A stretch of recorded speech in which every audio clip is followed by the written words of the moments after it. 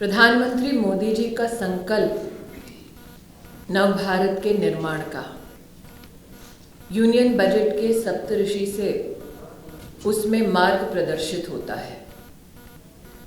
Inclusive growth के संकल्प के साथ, एनहांस्ड इंफ्रास्ट्रक्चर स्पेंड के साथ, सोशल वेलफेयर की भूमिका में आज तक सरकारें रहीं, लेकिन मोदी सरकार ने social investment is investment in the future of the nation, इसको इस यूनियन बजट से फिर से प्रतिस्थापित किया।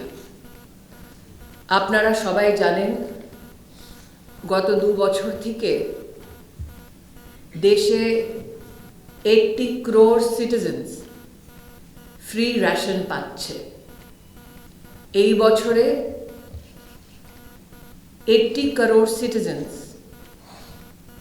পুরো বছর আবার ফ্রি রেশন পাবে, যার জন্যে কেন্দ্রীয় সরকার 2 লাখ কোটি টাকা মাত্র কেন্দ্রীয় সরকার খরচা করবে। That the uniqueness of this budget lies in its detail, and also the thrust of the budget has been strengthening prospects for women.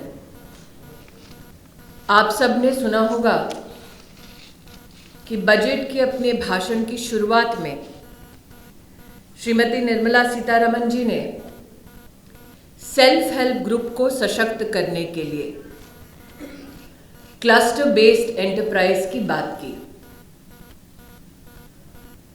अगर आप यूपीए के कार्यकाल और मोदी सरकार के बीच का मात्र सेल्फ हेल्प ग्रुप के कामों का असेसमेंट करें तो ये पाएंगे कि साल 2009 से लेकर 2014 तक मात्र 19 lakh self help groups registered थे। मोदी सरकार में साल 2014 से लेकर दिसंबर 2022 तक 81 lakh self help groups register हुए। यूपीए के कार्यकाल में मात्र 2 करोड़ महिलाएं, लेकिन मोदी सरकार में 9 करोड़ महिलाओं को सेल्फ हेल्प ग्रुप से जोड़ा गया। यूपीए के कार्यकाल में मात्र 80,000 करोड़ रुपया सेल्फ हेल्प ग्रुप्स को देश में दिया गया, लेकिन मोदी सरकार में देश की सेल्फ हेल्प ग्रुप की बहनों को अब तक 4,93,000 crore rupees, I repeat 4,93,000 crore rupees Modi सरकार ने मुहैया कराया। और इसीलिए आज प्रधानमंत्री मोदी विमेन लेड डेवलपमेंट की बार बार बातें राष्ट्र के सम्मुख कह रहे हैं। As a woman, I take great pride that a savings instrument has been proposed in the union budget, particularly for women,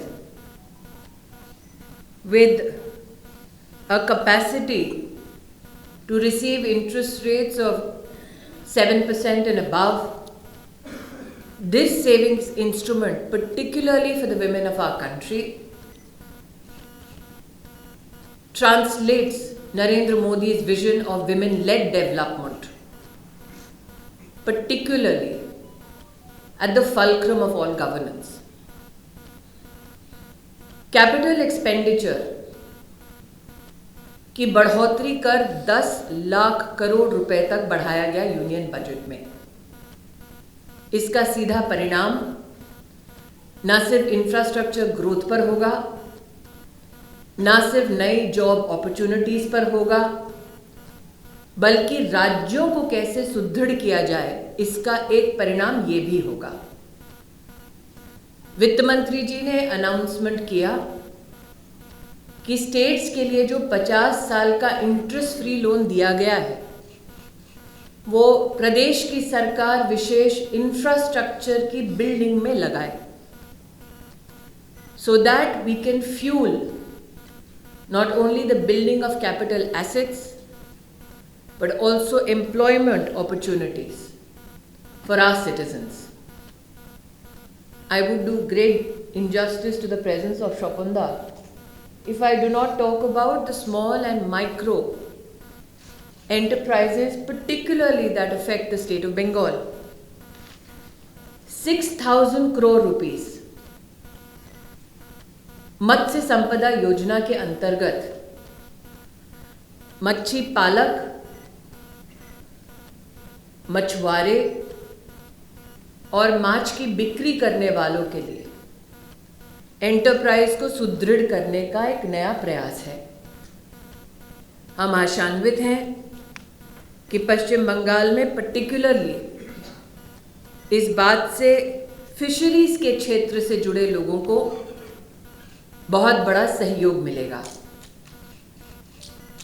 पश्चिम बंगाल की जनता पर्टिकुलरली इस बात की साक्षी रही है कि प्रधानमंत्री किसान सम्मान योजना के तहत देश के 11 करोड़ किसानों को बैंक के खाते में 2,20,000 करोड़ रुपया मोदी सरकार ने मुहैया कराया।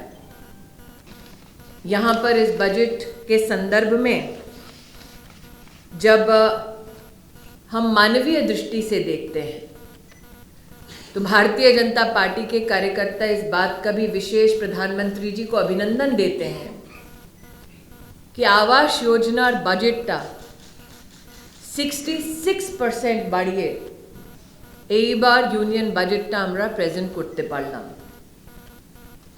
আমাদের অভিলাষা कि आज অবধি মোদী সরকার 3 কোটি বাড়ি গরিবদেরকে বানিয়ে এই দেশে দিয়েছে।